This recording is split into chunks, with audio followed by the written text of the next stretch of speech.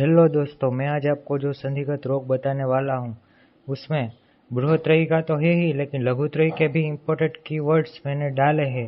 And अगर आपने ये कर लिया तो आपको कोई भी मटेरियल या बुक फॉलो करने की जरूरत नहीं पड़ेगी। आप यही पेपर में लिख सकते हैं और अच्छे से अच्छे मार्क्स पा सकते हैं। ठीक है, तो संधिगत रोग में हम पहले पुयालस पढ़ेंगे। पुयालस क्या है? पुई प्लस अलस मतलब पस का कलेक्शन होता है।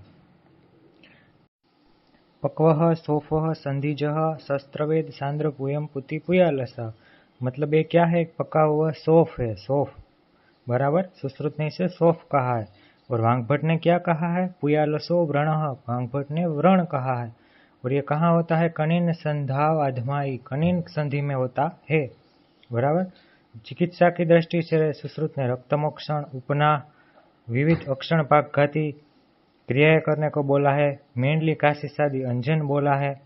पिल रोगवत चिकित्सा बाय अग्निकर्म ये वाघभट ने बोला है। तो वाघभट ने अग्निकर्म ही बोला है। ठीक है, कोई और स्पेशल ट्रीटमेंट नहीं बोली है। तो ये था पुयालस, मतलब एक प्रकार का सौफ होता है अकॉर्डिंग टू सुश्रुत और व्रण होता है अकॉर्डिंग टू वाघभट। उपना क्या है दोस्तों? एक प्रकार की ग्रंथि है। क्यों? क्योंकि ये कफज है। ग्रंथि ना अल्प नहीं, थोड़ी बड़ी ग्रंथि होती है। दृष्टि संधि व पाक, संधि में एक प्रकार का पाक है।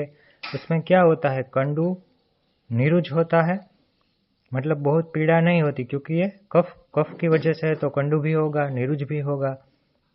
आचार्य वाघभट ने क्या है? क्षार बुद्बुद कोपमम, क्षार के बुदबुदे जैसा होता है। कफेन सोप तीक्ष्णाग्र, कफ का एक सोफ है। बराबर। उसकी चिकित्सा में भेदन बोला है। भेदन के बाद प्रतिसरण तो होता ही है। लेखन भी बोला है, वो मंडलाग्र से। रक्तानुबंधी हो तो प्रच्छन्न करना है, प्रच्छन्न से ही रक्त का निसरण होगा। वाघभट ने भी स्वेदन, भेदन, लेखन ऐसा बोला है, प्रतिसारण। बराबर। तो ये जनरल है।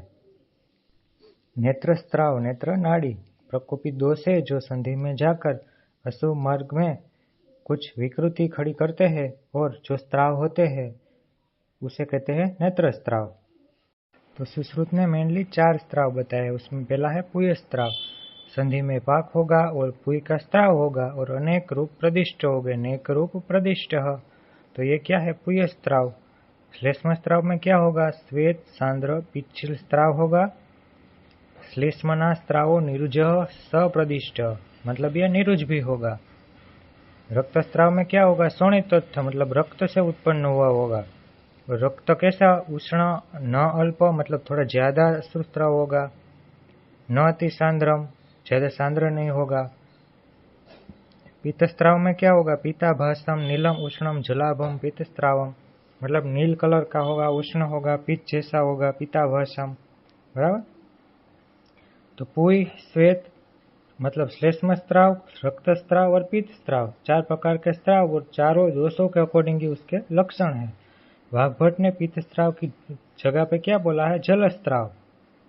जल स्त्राव में क्या संप्राप्ति बताई है? कि वायु से होता है, वो शिरा में जाता है, जलवाहिनी को विकृत करता है और नेत्र में से ऐसे स्त्राव होते हैं।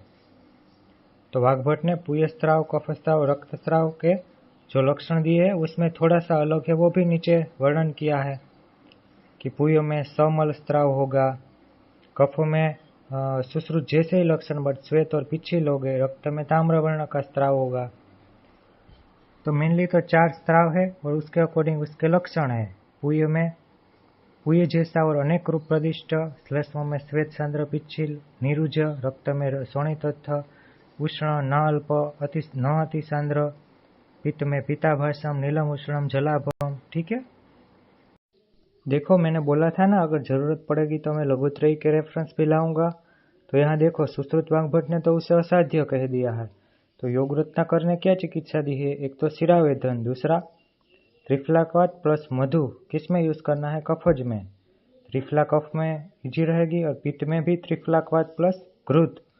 कफ में मधु, त्रिफलाकवात के साथ, पित्त में घृत और वात में पीपली, और अंजन में पथ्यादिवर्ती एंड कार्पासादि अंजन। ठीक है, फिर पर्वणी बोला है, उसमें क्या है श्लोक? ताम्रा तन्वी दाह सुलोकपन्ना रक्ताज ज्ञेया पर्वणी वृत सोफा। ताम्र होती है, तन्वी मतलब छोटी होती है, दाह और शूल होते हैं, और ये रक्तज रोग से होती है। ठीक है। और वाग्भट ने बोला है ये मुद्ग जैसी होती है और दाह के सूल होते हैं और इसकी चिकित्सा हम अर्म के साथ करेंगे। ठीक है। अर्जी क्या है? परवणी का ही एक प्रोग्रेसिव स्टेज है, उसमें भी क्या होता है? रुक दाहन तोद। इसे सुश्रुत वाग्भट ने असाध्य बोला है। जाता संधो कृष्ण शुक्ल अलजी स्यास्मिन नैव ख्यापिता पूर्वलिंगे। ठीक है। एक परवणी का ही प्रोग्रेसिव स्टेज है। ठीक है। ऐसे ही लक्षण है, पर क्या डिफरेंस है? ये असाध्य हो जाता है। कृमि ग्रंथि वर्तमान पक्षमाणाश्च कंडु कुर्य कृमय संधि जाता। मतलब कंडु होती है, संधि में कृमि दिखाई देते हैं, नाना रूपा कई प्रकार के, वर्तमान शुक्ल से संध वर्तमान शुक्ल संधि में, बराबर। चरण तो अंतर्नयन दूषयंती, वो धीरे धीरे अंदर नयन की तरफ जाते हैं, दृष्टि की ओर जाते हैं और दूषित करते हैं। वाग्भट ने भी बोला है कंडु, उषा, पक्षमपोट, अर्ति जैसे लक्षण दिखाई देते हैं। चिकित्सा क्या करेंगे? एक तो हम स्वेदन करेंगे, फिर भेदन, प्रतिसारण एंड अंजन त्रिफलादि द्रव्य से। ठीक है। वाग्भट ने भी स्वेदन बाय करिष्ठ बोला है और भेदन लेखन बोला है, प्रतिसारण। ये कृमि ग्रंथि में भी मेनली कौन सा होगा दोष? कफ होगा। ठीक है। तो ये थे वर्तमगत रोग। दोस्तों, अगर आपने इतना याद रख लिया और यूनिवर्सिटी की एग्जाम में ऐसे यही फॉर्म में लिख डाला, तो आपको अगर वो क्वेश्चन में से एक मार्क्स भी नहीं कट होगा। अगर जो टीचर होगा वो मटेरियल क्या है, जो मेन कॉन्सेप्ट देखेगा, तो एक भी मार्क्स नहीं कट करेगा। तो आप ये प्रिपेयर कर लीजिए। और डिशेस के भी अगर आप वीडियो देखना चाहें तो हमारे YouTube चैनल में जाके अंदर जाके देख लीजिए। अब आएंगे अपकमिंग वीडियोस भी।